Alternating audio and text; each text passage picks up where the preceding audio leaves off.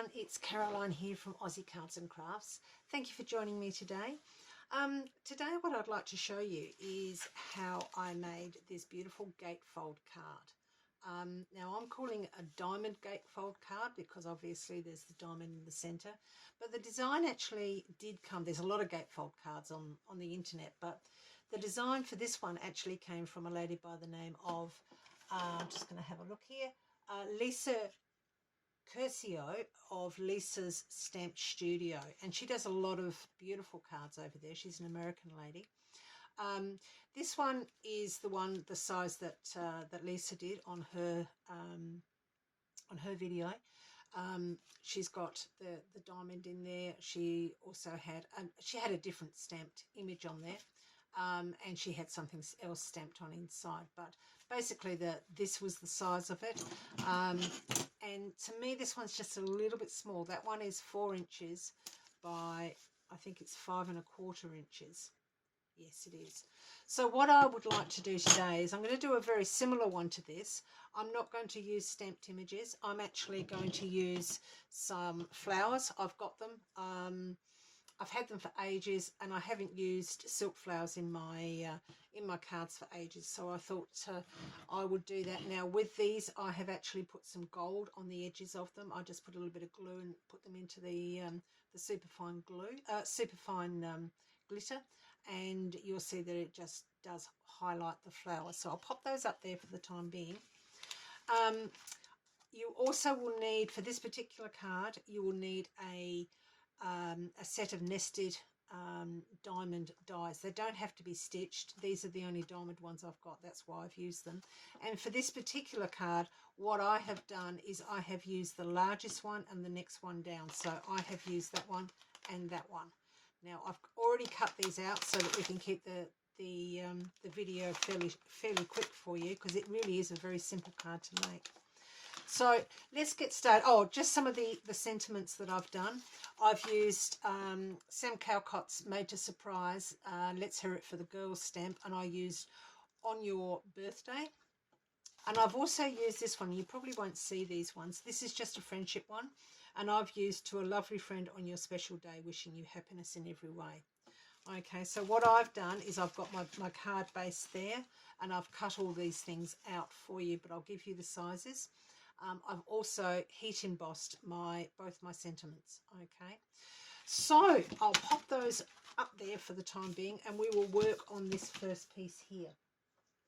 Okay, so your first piece is going to be, or your base card is going to be 12 inches in length, okay, by 6 inches in length. So if you've got one of the big 12 by 12, it's half of that.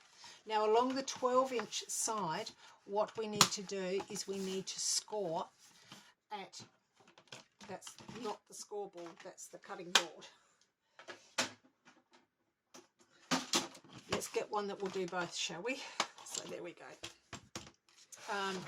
So along this one, you need to score at 2 inches, 4 inches, scoot along to the 8 inches, and then at 10 inches.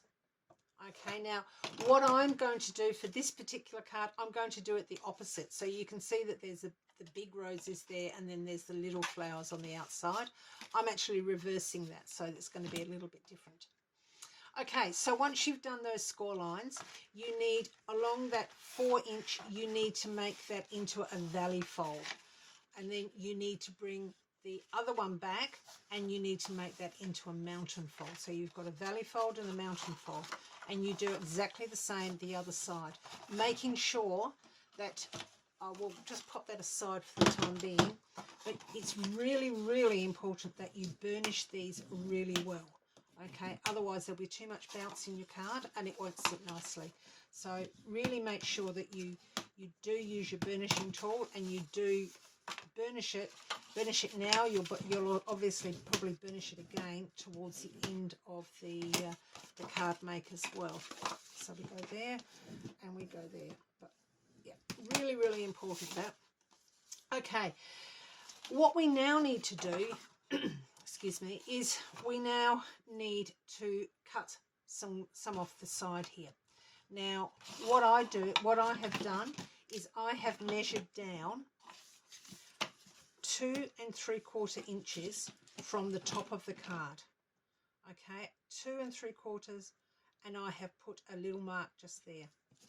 What I've then done is I have drawn a line, and you don't need to do this, but I've drawn a line because I want you to be able to see it on the video. So I've drawn a very light line down there. On the other top end, which is just here, once again, you measure down 2 3/4 inches. Okay, so that's 2 3/4 inches down. Put a little mark, and then you draw another line from that crease line just there to that 2 3/4 inches. And if it shows afterwards, you can always rub it out.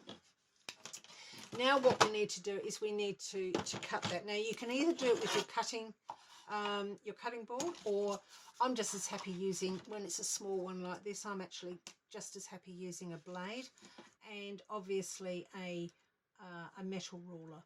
So what you do is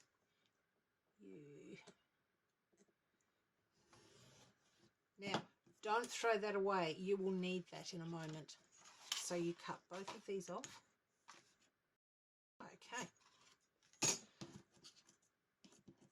so I'm going to grab those, pop them there. Just for safety, put the lid back on the knife. You don't want to get any nasty cuts. So if you fold this in, you will now see that you now have the other pattern, the opposite side of your paper. And by the way, this particular card does need to be made on a double-sided paper. So just making sure that that sits nicely there. Okay. What you then do with these is you glue them down like so. Okay, which then gives you your diamond in there. So I'm just going to glue those.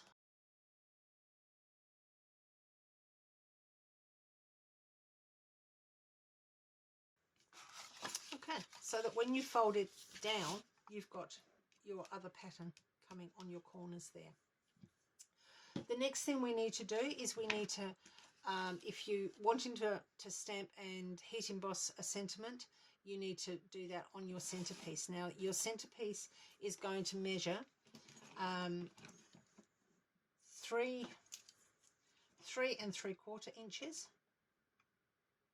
by 5 3/4 inches. Okay, so it's just 1/4 of an inch down from that center panel. Once you've got your sentiment on there, once again you stick that down as well.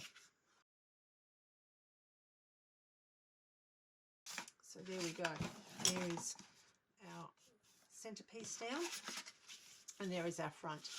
Now what I have done for this one, I have cut out of glitter card. I have used this largest diamond, nested diamond die, and then I have cut out the next one down, and I have put some a sentiment on there. So what you do next is you now need to stick this onto that. Now I'm going to use some foam back tape on this one because I just want it just to have a little bit more dimension.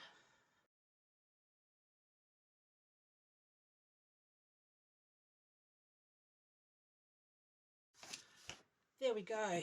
Now what we need to do is we need to put this on here. Now you'll see that there is, I think it's about 1/2 inch it should be. Yes, there's 1/2 inch. So if you wanted to, you could make a little mark there just to make sure that you're lining your points here up with the center of that. But really, I think you probably can do it just by eyesight. And it is to be lined up just on this side. Okay, so this is the only part that it's going to be glued to. You don't want it on this side, otherwise you're not going to be able to open your card. So it's going to go roughly about there, and I'm just going to glue that down to make sure that sticks well. So I'll do that one now. So don't forget, it's only one side of your card you've got to glue.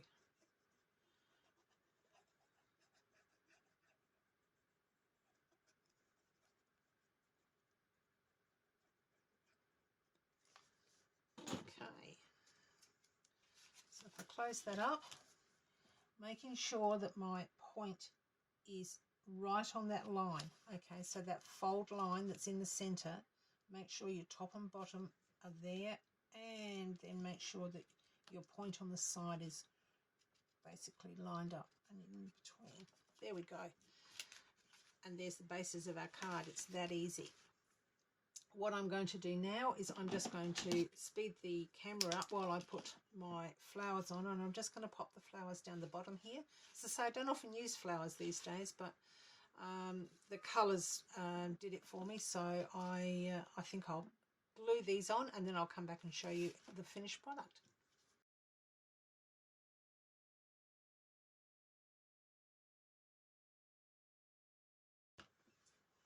So there we go.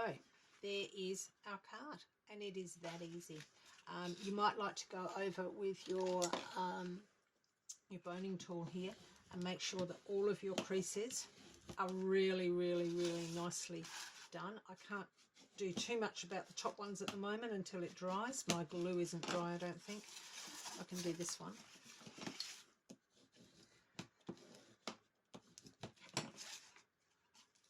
So there we go, and I will do this one again in a moment once my glue has been dry. But there it is. I think it's a really pretty card. That was the first one, and that was the one that I stamped, and you can see the difference in size. It's the same width, but it's different in the actual height, and I think I actually prefer the taller one. So yeah, it's a bit of dimension, so I'd need to put this one in a box, which I make myself, and one day I'll actually do a tutorial on how I do them. But yeah, that's how you, as you can see, I've reversed the paper this time, so this one's got that paper on the outside, and now we've got this paper. So I'm really happy with it. I might put some gold gems on there. I haven't got them out at the moment, I don't think. Yes, I have. Let me get my pokey tool. And I'm going to put just a couple down here.